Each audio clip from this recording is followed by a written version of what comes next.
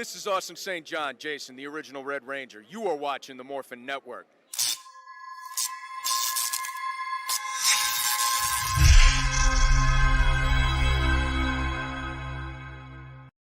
This Morphin Network video is sponsored by Ranger Stop Convention and Ranger Stop and Pop. Have you ever wanted to see all your favorite Power Rangers together in one epic convention? Go to Ranger Stop! Ranger Stop and Pop! August 27th to the 29th, 2021! Atlanta, Georgia!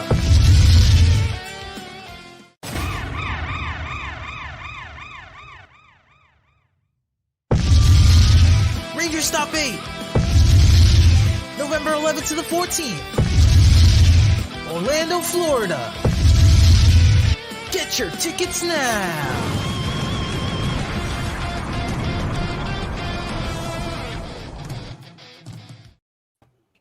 What's up, Ranger Nation? Hola. Our very first episode review of Dino Power Rangers Dino Fury is here. You have here in my left is Kent Brown, Kaiser Red. We have in your right is Mike Switch, Broken Kabuto, or Timer How Zero. y'all doing? We have in my left side, or lower left is Clement Red Star. And we have in my lower right side is Noemi Rodriguez. Hola. What's up, guys? Hey. So yes, we are reviewing Power Rangers Dino Fury. It's episode 1, Destination Stonehenge. Before I start, first thoughts of this episode. Summary, first thought. Without spoiling yet. It's going with Boken. Okay, so this episode's really interesting. It had a little bump on the road, but I love it when a season starts with a two-parter. I'll leave it at that for now. Noemi.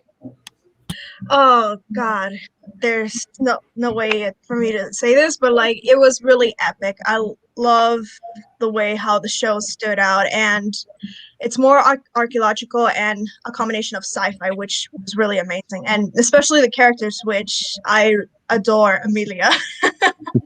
Okay, Clement. Well, the story is getting interesting, and it's not like anything that I've compared to its Japanese Rhea Soldiers, and I'm starting to like want to get to know more of the Rangers, of the three Rangers right now, and I want to see the next episode where we're gonna go. Okay, Kent.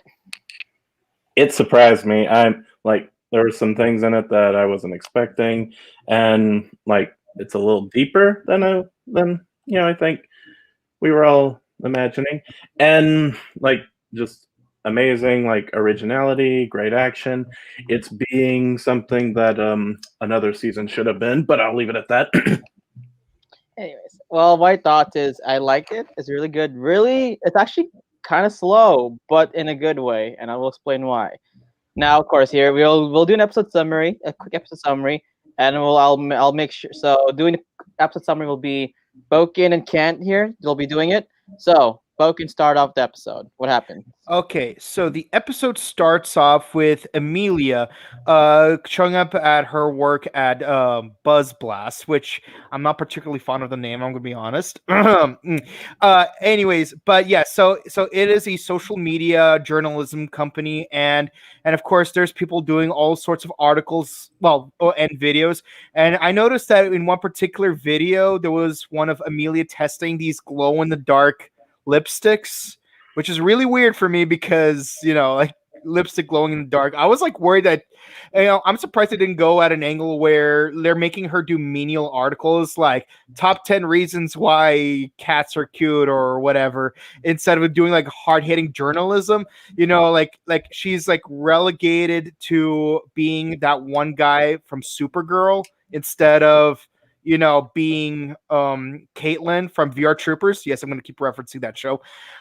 But so she wants to do a hard-hitting story on this archaeological site called Dinohenge, which is kind of like Stonehenge, except instead of a series of runic rocks, it's 6 statues of dinosaurs, which for some reason you have to have permission from the government in order to be near.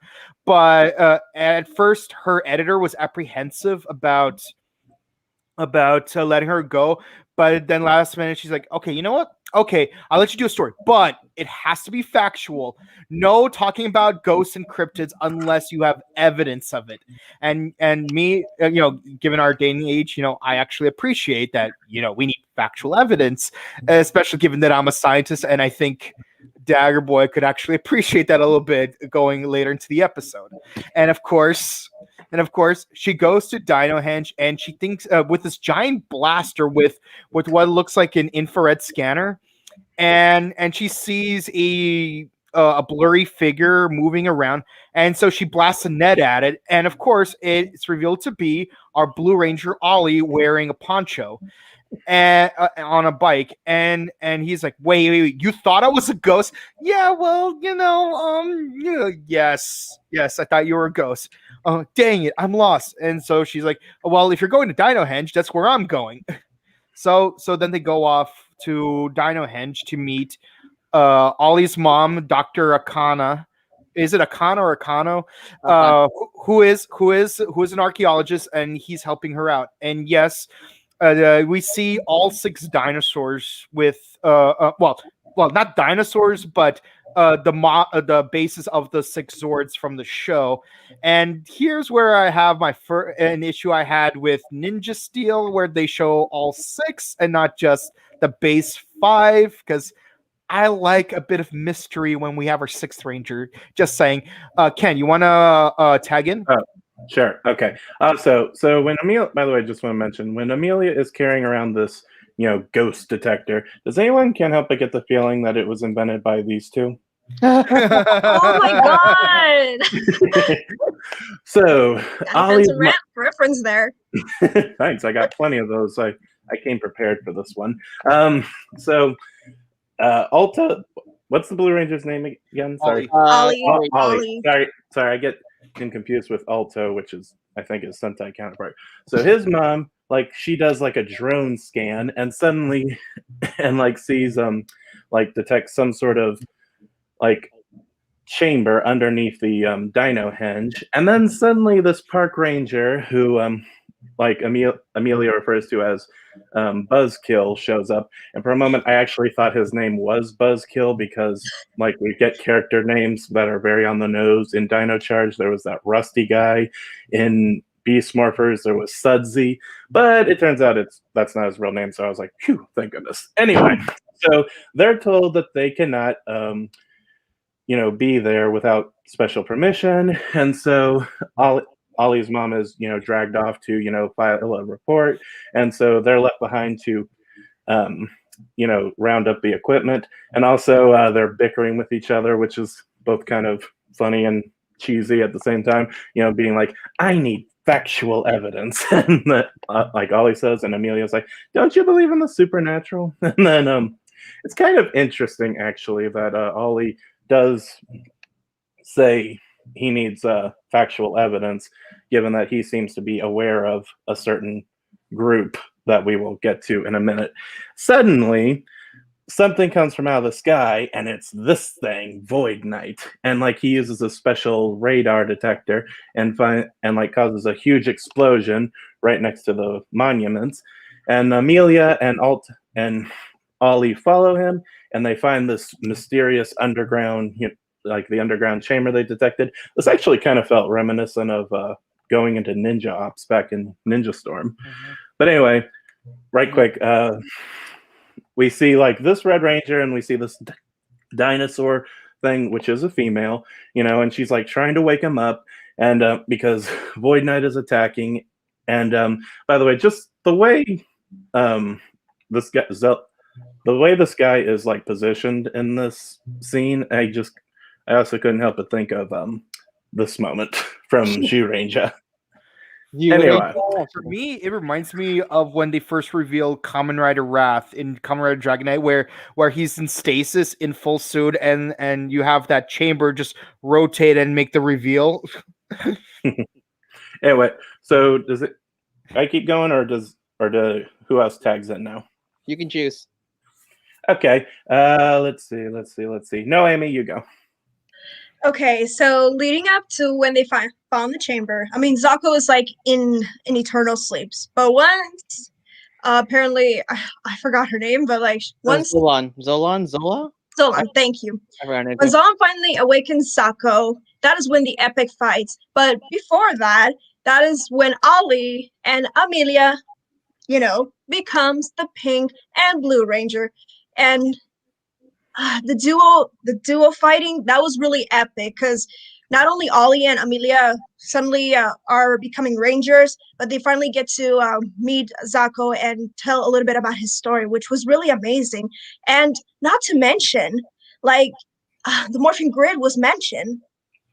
It was so amazing that the story from the comic book is now coming into the show, which that really blew me away. Just wow. Forgive me for my excitement, but like really amazing on what I just witnessed there. So Clement, what can you tell from your perspective about the show? Finish it out, Clem. Well, after the fighting scene and when the Void Knight is trying to grab these, what are these, sporks? Sporks. Sporax. Sporks. Wait, what? Sporks. They're sporks. Oryx. Sporks? Yeah. Okay. So Void Knight, turns out his energy detector was looking for these sporks. It kind of looked like sea cucumbers for some reason. Yeah, I had Like to a fight mix of sea cucumbers and Ivan ooze mixed to it. But Also some jellyfish too. oh yeah, jellyfish with chia seeds. Kaiju eggs. Yeah. I really don't like jellyfish. Yeah. So it turns out that these little sporks, they can if they're like little eggs, and if they're hatched at a certain area, then they will grow and hatch out a monster, like a full-grown monster. I was shocked that how come when these things hatch, why can't they start off young and then if let's say a Void Knight or a monster maker like gives them a special treatment, then they become see this monster right here. Why can't the monster maker just give them like a little baby monster, a little juice, and then turn into this? But when they're hatched, they're just full grown. And then if they get angry, or I think the monster maker will juice them up a bit more, just turn into a Megazord size. But well, let's see what we got. Well, they're when they're trying to take those sporks away, Zato was awakened, and Zato tried to stop, but he failed. So all the sporks were released out in the world, and Void One Knight remained with Void Knight. Yeah, and Void Knight, it turned well at this time. Void Knight couldn't continue the fight, so he had no choice but to retreat. But he did get one special monster. It looks like a green horse unicorn monster. Mm-hmm. I have no idea what that is. Oh but yeah, he does look like a unicorn. Yeah, this monster comes. Yeah, This monster comes from a fencing episode in Rio Soldier. Yeah, Mm-hmm. it's from the first episode in the Rio Soldier series, and Second. Yep, and as they teleported away, the Zato gives his thanks to Ollie and Amelia for helping him, and look at this. Zato has 2 little alien antennas. Like Mantis. Yes, are you sure? And another Marvel reference. Well, this is I kind of dig this look, and it kind of gives me that feeling like when we first saw Power Rangers in space. Like Andros, he's a Red Ranger, but then he demorphs and he reveals himself that he's an alien from a different planet. Mm-hmm. And I kind of like this, but not a lizard. Yeah, but not a lizard. Oh, you forgot one actually. The Alien Rangers also. And yeah, I'm glad to see that feature within Dino Fury. Not to mention about that.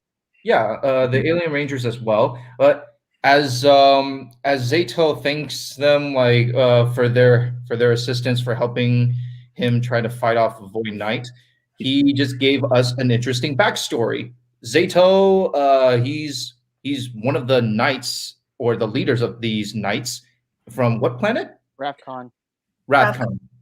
Rapcon. Ravcon. Sounds like a convention name, but pretty Yeah. cool.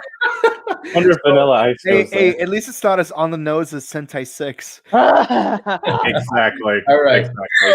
So Zato was the leading knight of like a small team of like elite knights, and they're trying to fight off this alien invasion that is happening on their planet. But if they failed, and they decided to conquer Earth, and when they landed on Earth, they landed during the time when the dinosaurs were around, and this is kind of cool.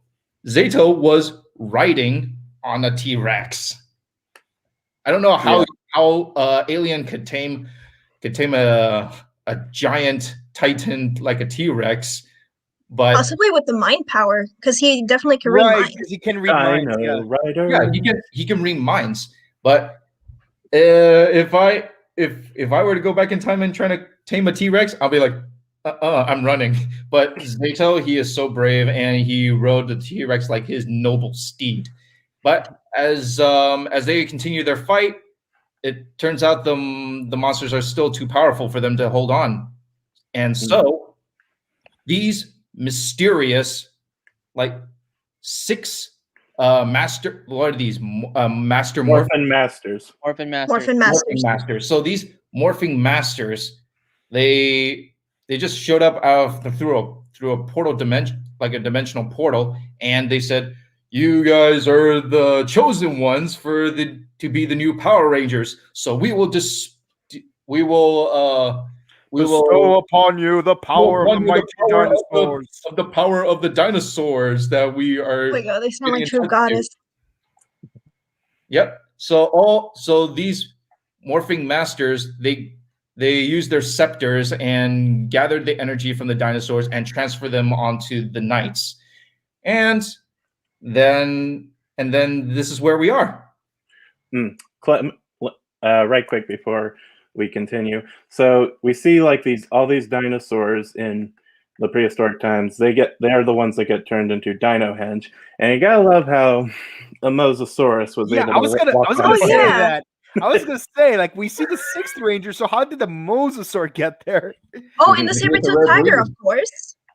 Well, in Power Rangers, it seems to be established that Sabertooths and Mastodons lived in the time of the dinosaurs. The saber-tooths are always my favorite creatures. Yeah, like if anything, I would say probably there's like it takes place in the late Cretaceous period where we do have some mammals starting to show up, and so maybe it's like one of the earliest versions of a Similodon. Now, since he hasn't gotten to speak yet, Ryan, you want to close this out? Okay, so it ends with Zato telling the 2 Rangers that just became Rangers, "Hey, I came here 65 billion years ago. I was sleeping ever since then. We stopped the Sporix with his team. Also, we find out that his original team got killed. So we have another Power Rangers in Space By. Where like same thing with Andros. He is legit the last person in his team, and we found out that they did kind of win, but in the end there was big sacrifices, and he couldn't destroy Sporix because it was hard for them to kill.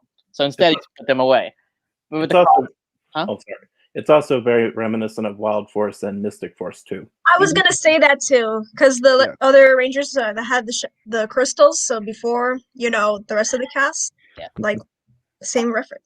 Also, heads up, the Morphin Masters, you guys didn't know, it's actually from the Boom Studios comics. They actually were introduced in the comics. So That's what I was saying, bro. It's amazing. That's why I was so really surprised. I mean, when I was doing the reviews with Jen, like it's finally in the show. let me ask you this. Oh, sorry, can you say? I'm sorry. Actually, the Morphing Masters go back further than we realize. They were in the episode Big Sister, and they're said to be the ones that put the universe of power inside these 2 eggs. So the Morphing Masters have been a thing on the show since the first season. Mm-hmm. So, All right, since Noemi here did the comic books, what were the Morphin Masters in the comics?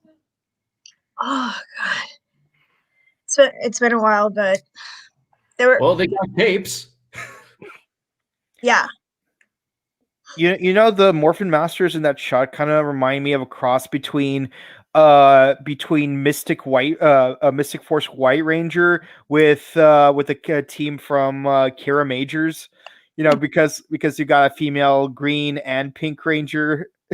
So the only yeah. difference is that, you know, you have a black ranger there as well. Yeah. And that's gold, not yellow. Oh, Infinite Serpent. So after that, he tells them, "Hey, you two guys are now part of my team because technically the swords chose you. Well, the Morphin Grid chose them, or maybe the spirits of his teammates inside the swords chose them. Wink, wink. And yeah, they're like, "Hey, you're now Power Rangers. You have to save the world. Blah blah blah. You know, typical Power Ranger stuff. Are you guys ready?" So basically, the Red Ranger is now technically the Red Ranger is going to be their mentor. Same link with Andros. Like in space, there is no mentor, and even in Lost Galaxy, there is no mentor. Mhm. So it's kind of cool. Like the Red Ranger is actually gonna be the mentor and the leader of the team. It's really cool.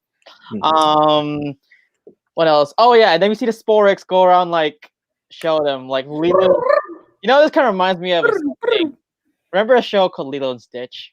Yes. Yep. Yes. Yep. The experiments escaped all over the area of Hawaii. Yeah, 626 Sporax like ended up invading the entire island. It is our mission to retrieve them and bring them back to their sphere forms. Oh my god. Yeah.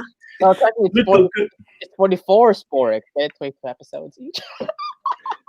little girl has saved Sporex. So it's Oh my 44 God, Sporex. Kabuto. All right, so whatchamacallit? Okay. So technically, the Sporks actually looks cool. They're actually growing with kaiju eggs. But anyway, that's what I mean. So that's how the episode ends. Yeah, that's pretty much it for today's episode. Again, it was slow, but oh my gosh, it was actually a really good episode. Now, It was epic. before I go continue, I'll ask you one of you guys each a specific question. Question: Since you like Amelia a lot, no, I mean, what do you think of Amelia?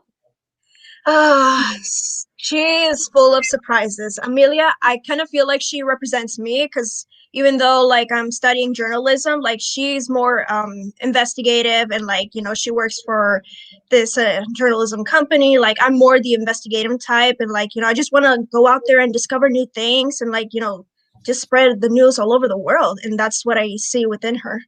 And of course, she's feisty and she has a karate background, and unlike me, I have a multi background. Mm-hmm. All right, Boken, since you like my man, you're in Team Ollie. Yay. So what do you think about Ollie? Right. Hold on. I just want to upload this photo real quick. So, so one thing I find interesting about Ollie and Amelia is how they have this opposite extremes going on in whether or not to believe the supernatural. Obviously, Amelia is the true believer, and Ollie's the skeptic. And this kind of reminds me of Isaac Newton and Himiko from Kamen Rider Ghost, where in one episode the two ghosts were fighting each other. Well, they weren't fighting each other, but they had a couple spat because Himiko is a shaman priestess and Isaac Newton is a scientist. And me being the scientist, I'm more drawn to Ollie's side of the fight, where you should go in being skeptical of everything and then try to find the hard evidence to prove whether or not it's true. But also he needs to be more open-minded in the possibility that there could be such a thing, but we haven't had any evidence yet. And that's the important thing about being a scientist. You have to always be skeptical, but also open-minded, because you never know whether you'll find whether you find evidence that supports your claim or something that completely debunks it, and you have to be able to accept the results no matter which way it goes, if it goes one of two ways. So I think the two of them really need to like meet halfway towards the end. But as far as the starting point goes, yeah, being a scientist, I have to take the skeptic route and take Ollie's side for now. Like 90% Ollie's side, 10% Amelia's side. But they are a little too far apart from each other, like in that spectrum. And I hope over the course of the show, they'll build up the chemistry to meet each other halfway and be like, this is how we need to conduct our research. Speaking of that, True. So true. Don't be surprised if they hook up. Wink, wink. Anyway, Clement, since you actually watched For Your Soldier and knew the action scenes, what do you think of so far the action scenes? Well, technically the cinematography of this episode. It's very good. It's the choreography is on point. I don't see any problems. And plus the fight in the beginning, these Rangers they're new. And plus they're still young, they're fresh. And but the one thing that was different was Zato turned the sword into a throwing dagger. Okay, that's something new I have never seen before. And it seems like these Power Ranger Dino swords have different ways to use them. Like he just showed us a demonstration. It can be turned into a dagger, and you can just throw it, and you can just change its form. So I don't know what else these Power Rangers can do to their weapons, but I like to see more. And it's pretty different than the Super Sentai series because in the beginning these are like trained grandmasters of red, blue, and pink. They're handing it down as as passing down the torch to be the new protectors of the Ryusou tribe.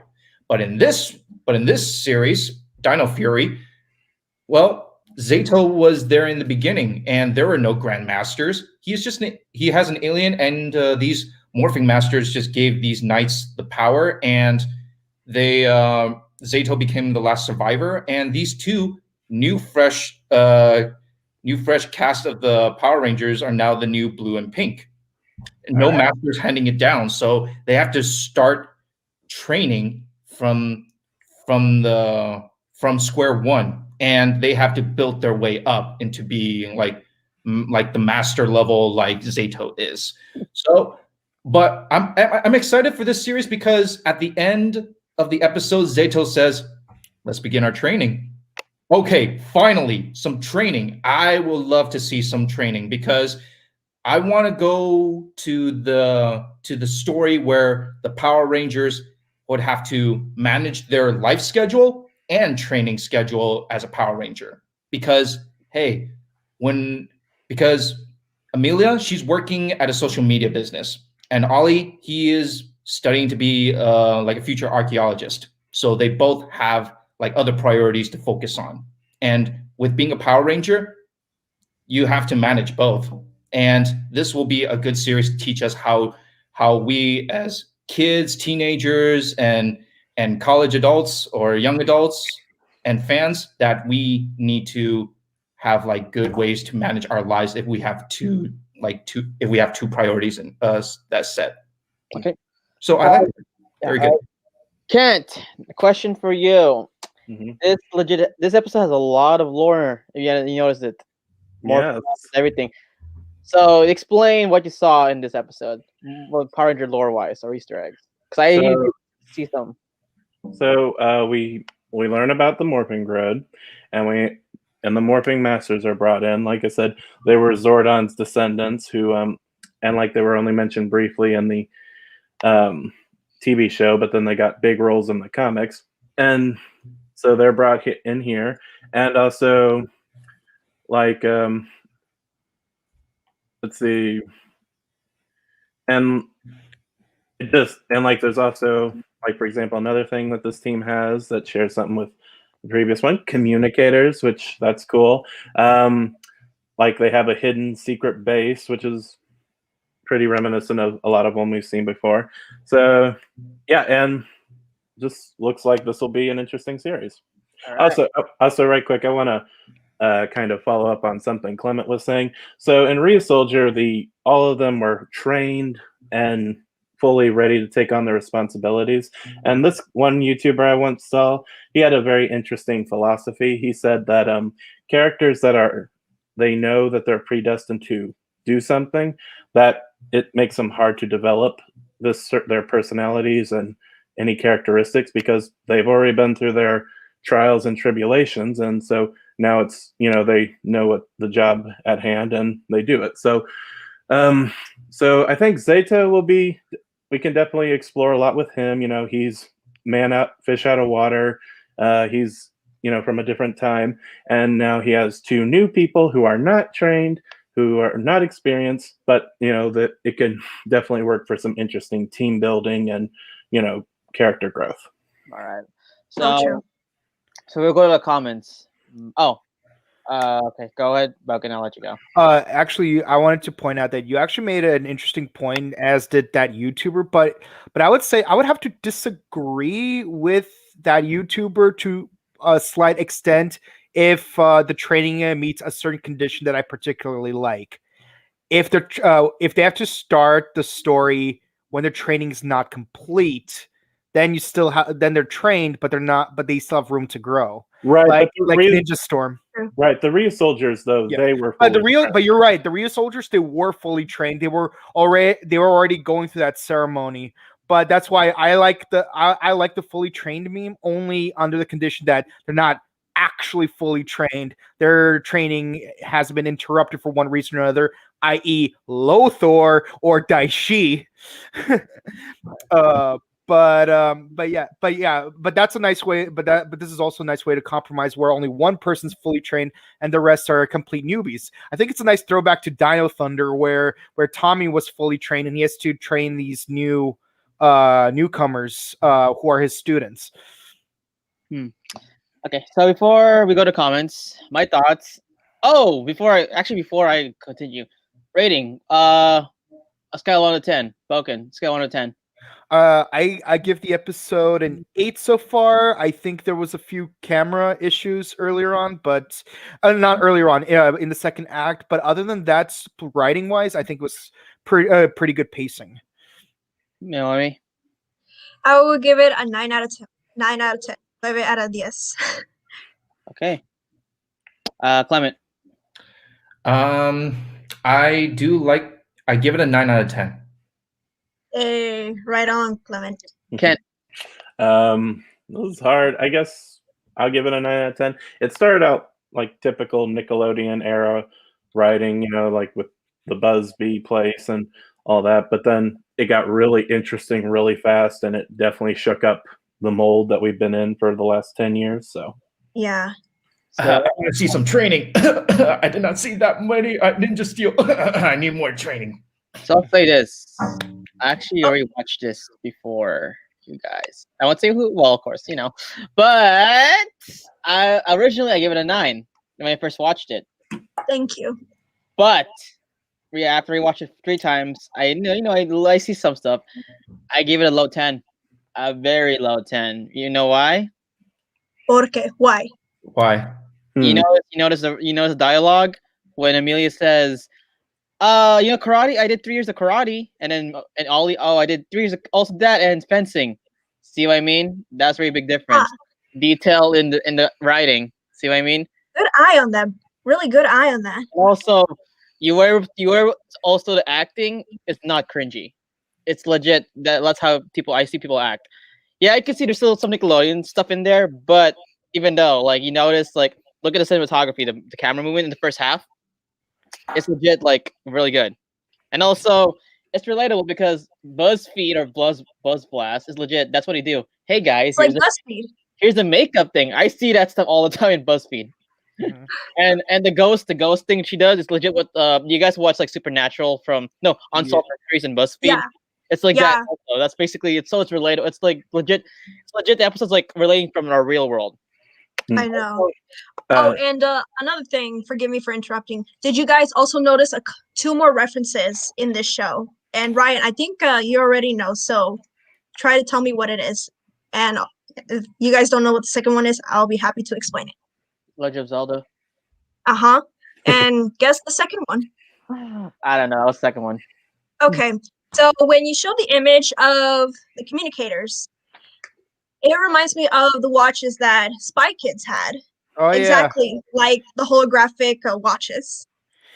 Oh yeah, Look at that. Yeah, exactly like Spy Kids. You could video chat. You could send email, watch videos, pretty much do anything except tell time. Wait, exactly. It doesn't tell time? There's no more room for the watch. Yeah. Oh my god. Yeah. So again, and also, this is the first time I've seen these actually have lore in an episode.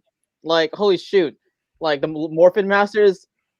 Yeah, they were shown for the diehard fans in the first episode. Actually, good job. Actually, didn't know about that. But in the comic books, so kudos to the writers. Also, have you noticed the music and most likely the actions way different or different tone than Beast Morphers. Yeah, that's Yeah. something. Like I think Dawson Ryder said, like he had a video. I didn't watch it, but he said something that some Disney era stunt coordinators have returned for this See? season. That's what I mean. And actually, that's true because there's an article. I forgot which one. It's us. Simon Bennett said that he actually did get some people back from the Disney era, like the choreographers, Mhm. and also a lot of the writers are actually big fans of the series. So they actually got big fans of it. So basically, it's a new set of writers, all Hasbro, but they actually got fans doing the series. So that's why Morphin Masters. That's why he said in an interview, expect a lot of things that will love that the fans, diehard fans, will love, because he did it kind of subliminally acknowledge what the Neo Saban's era lacked. So at least now, I'm confident for the season. If you actually watch Beast Morphers, the last second half of Beast Morphers, it's one of the best episodes I ever saw of a recent Power Ranger season. Mhm. Yeah. So Two things I want to mention right quick. The only cringy dialogue I thought was The Amelia. Zord thing. No, the Zord thing was awesome. You get out of here. The only corny bit I thought was Amelia's line about "I hope you'll find this shocking, but no one likes a bully." I thought that was like the only cringeworthy moment in the whole episode, and it wasn't even really that bad. The fight scene was enough to balance it out. Also, this moment was kind of awesome to me because the way the swords glow. Yeah, Yes. from Yes. the It's Like- lightsaber okay. mode. Just kidding. Yeah, for me- lightsaber. yeah, and yet Star Wars reference. Right. All right, Right. guys. The Power Rangers are full of surprises. I'm gonna faint. Nah, I'm just kidding. All right, guys. For me, the downsides were in two particular shots inside the base. I feel like they sped up the footage for two of the shots. The first one being when they first revealed the Red Ranger. Like I could see what's her name, the reptile lady, Go on. like she's moving like super fast. I'm like, wait, did they just speed that up? And also they did the same thing like in that shot where Void Knight catches that one ranger kid that controls those pawn soldiers, and the way it tracks around him, it just feels too quick. Like those are the two things I really did not like about the episodes. Like I know it's like blinking you miss, but you know I just happened to catch that. I hope that's just a one-off thing and not a recurring thing. The soundtrack I'm not as much of a fan of because like the whole EDM thing, I still couldn't get into it. Felt like they're trying to do Stranger Things a little bit. Yeah, same thing. Like, I love this episode, but I'm not a big fan of the theme song. I'm like, I mean, I'll say this: the music in the background were really good, especially the part where the minions are like, I'm like, oh shoot, this is actually for real. Oh, this is like, oh, I love this music. But the theme song, hey, it's like Mystic Force. I don't like the song of Mystic Force, but I love the season of Mystic Force. Right, but I especially enjoyed the choreography, especially in the unmorph fight between Ollie and Amelia, because you know just a few minutes ago the two of them were fighting each other, but now they're fighting with each other with such synchronicity. It's like these two are meant to be a team, despite their issues with each other, and I actually really appreciated that. Such a couple. Anyway, let's see. All right, guys. So we go to comment section. Monty says hello. Hello. Robert Choate says hello. Hi, Robert. Hello, guys. How are you doing? We're doing good, Robert. We're doing great. Aiden says hi, and Jen. Aiden. Jen, want to come in? Hey, hello. homegirl. You want to come in? Jen? You watch the episode. You can come in. Come in, Jen. Aiden, Haven't talked to you in a while. let's see. Timmy Dacus says, "Hi guys, I really like Die Fury. So do we. So far, it's a good episode." Really, the best. Franco says, "Hey guys, what's up, man?" Hello. Skinny Boy 10. I really enjoyed this episode. I'm gonna give it 8 out of 10. Okay. Good. Bad. Red Ranger's name is Zato. Oh, okay. Thank you. Yeah, I said the name right. Thank you. Zato. I think I like the part when the Blue Ranger said, "I think we get Zord." Didn't you watch the news? Oh, you see another thing. Oh, is- yeah, that was another thing we forgot to point out. He's familiar with the Rangers. It's like Yeah. why I gave it a 10. Mhm. Because It's again, they actually know about it. So like, what? Power Rangers are real? Oh, okay. Anyway, there's so many things. That was a weird thing about Ninja Storm, to be honest, where it's like, only Dustin knew that the Rangers were real. Well, the thing Oh is, yeah, I guess uh, you're not judging from the comic book geek. summaries. Well, summaries about that was supposed to be technically a reboot, but again, Disney's like, okay, no, we can't do this because Mhm.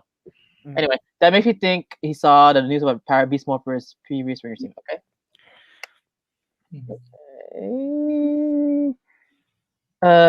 Also they mentioned the Morphin Grid and Morphin Master. Yes, that's a big plus. That's why I should give it a 10. Mhm. And plus, they didn't force it on you. It's legit.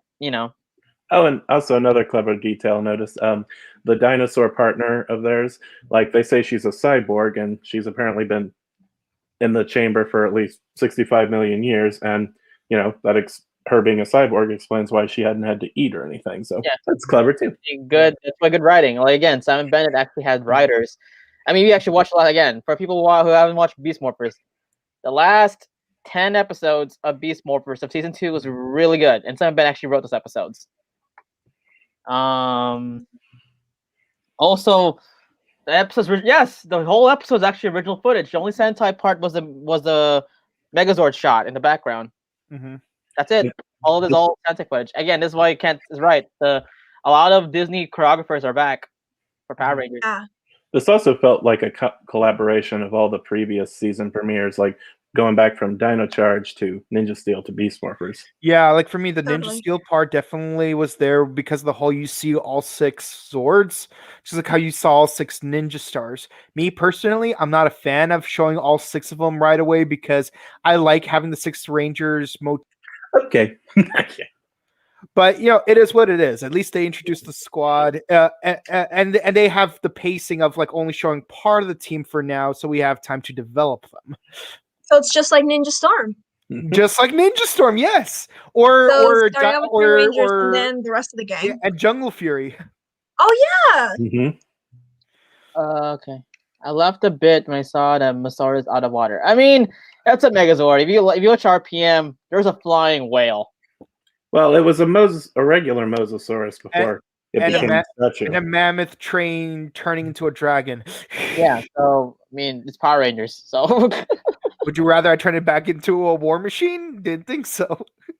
Zordon mentioned 1,000 years ago from his life, while the Red Rangers had said, "Oh, Ooh.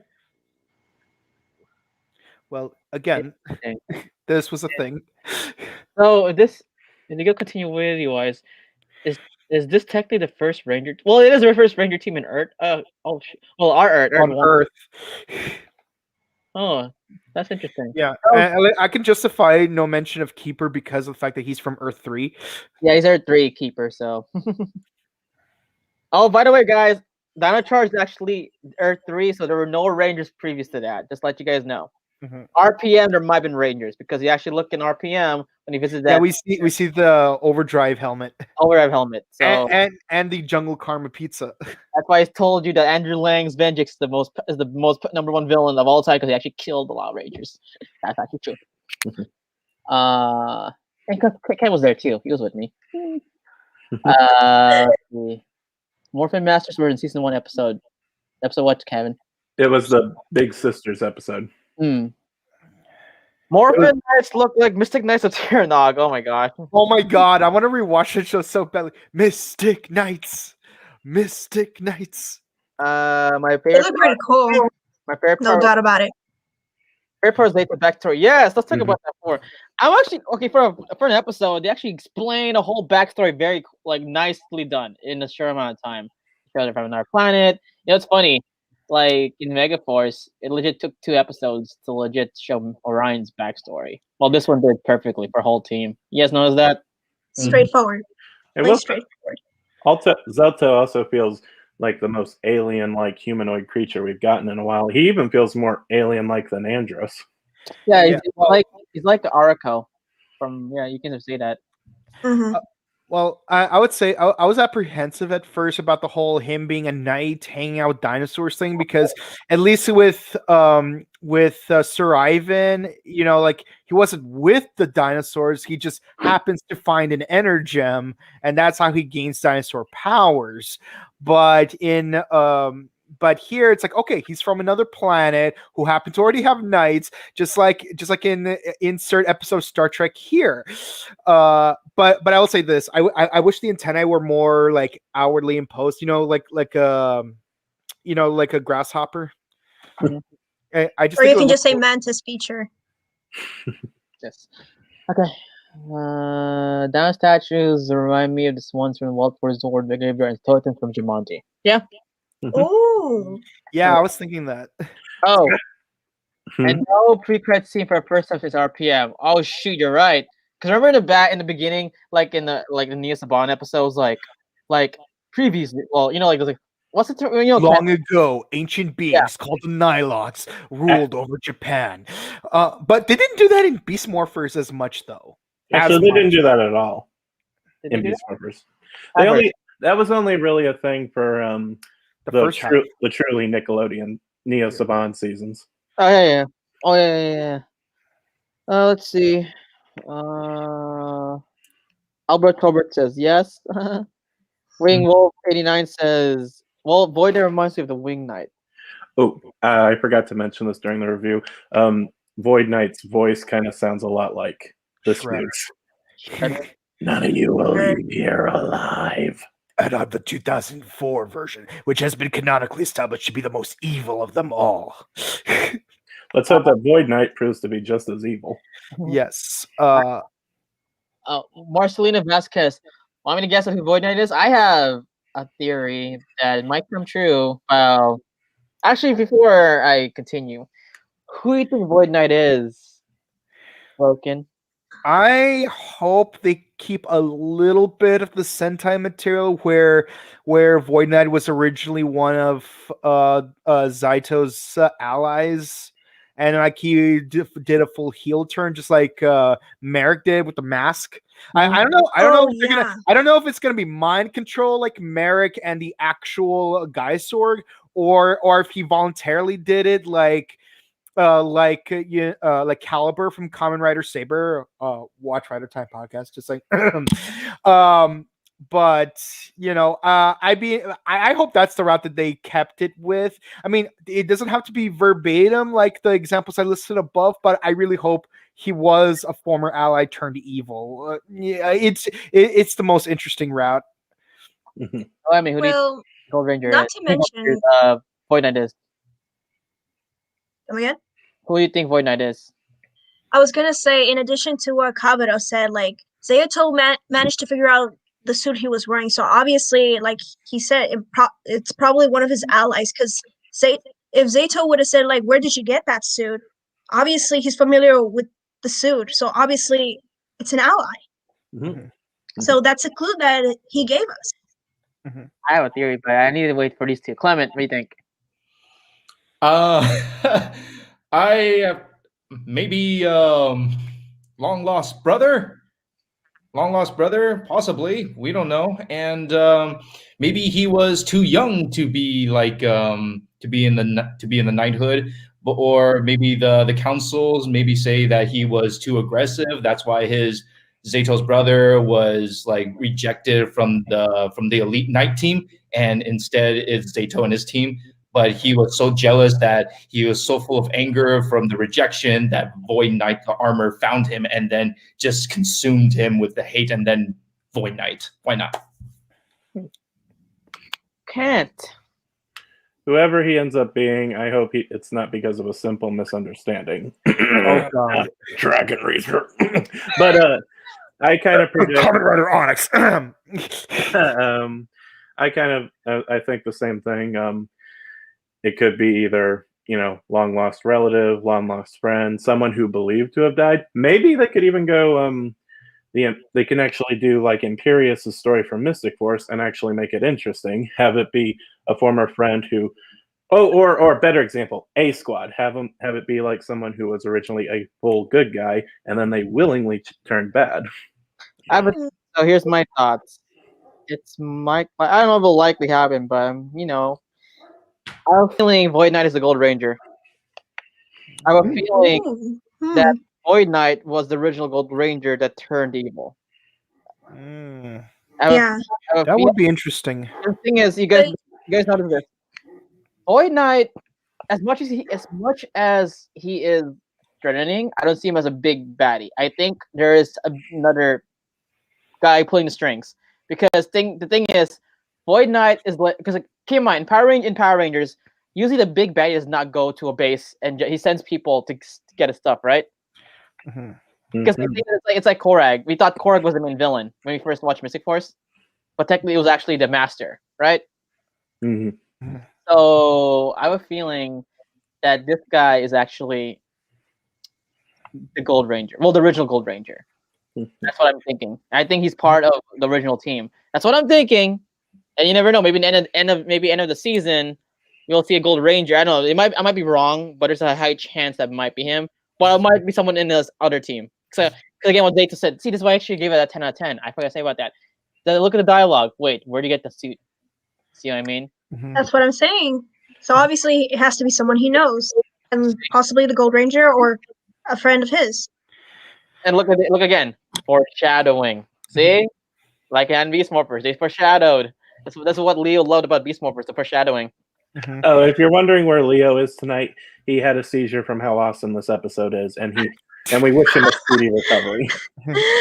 Yeah, because so there was a drop kick, and he already said he said he would give a 10 There was a drop kick. Red Captain did it, so he actually have more of a seizure now. Well, Hold on. Hold on. I think I'm being possessed by Leo. I give this episode a 10 out of 10 because this show needs drop kicks. Listen to me, Hasbro. This show needs drop kicks. He did have a drop kick. Red Oh Ranger god, you sound exactly like Leo. before we go. I don't actually have a few more comments. What do you want to say? Well, but real quick, can we all agree that we want Mick to become the Brown Knight? Oh, Yes, I think it'll happen. I think that's gonna happen. makes better use of the costume than it was in Rhea Soldier. Yeah. Also, people saying like, oh, but it's only one set. No, if you watch Beast Morphers, a lot of the footage. Look at Blaze's evil Red Ranger costume. That was only used for one episode. In the Japanese version. Japanese version, but they use it for 22 episodes. Yeah, that's actually one thing I actually really liked about Beast Morpher season 1, and I was like apprehensive, like why are they showing the final villain like at the beginning, and why did they change Escape's color scheme? And in the show, the way they did it made sense because he's an evil Red Ranger, she's an evil Yellow Ranger. What would Ravi look like if he turned evil? Who knows?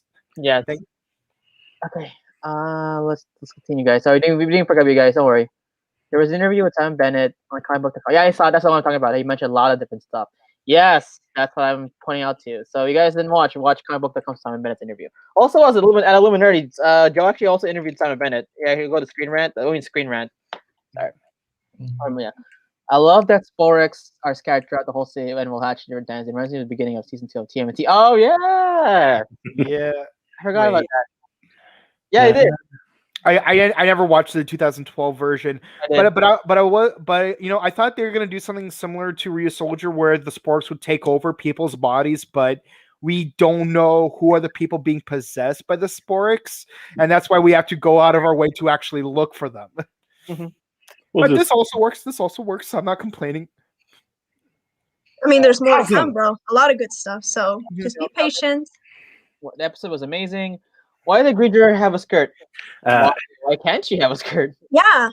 What's wrong with that? I mean, you've seen other Rangers. I don't see a skirt in that shot. There's. You see that? She does have a skirt. Yeah, go see. There's like a little down here, like a line. Okay, well, I could use a fan cannon to explain that away. Gokai change. Ryu Soja. Oh my god. She was in the flashback. Yeah, we saw that. I wonder if Mick will mention. Yeah, okay. I'll say this. Even though it's not confirmed, I don't think there's gonna be a crossover with previous season. Of course, the COVID-19 restrictions in New Zealand. I expect a lot of Easter eggs of Power Rangers. That's what Bennett kind of hinted. A lot of these. Look, we had the Morphin Masters. That's really a hint. This one, the first episode. And we're having Mick.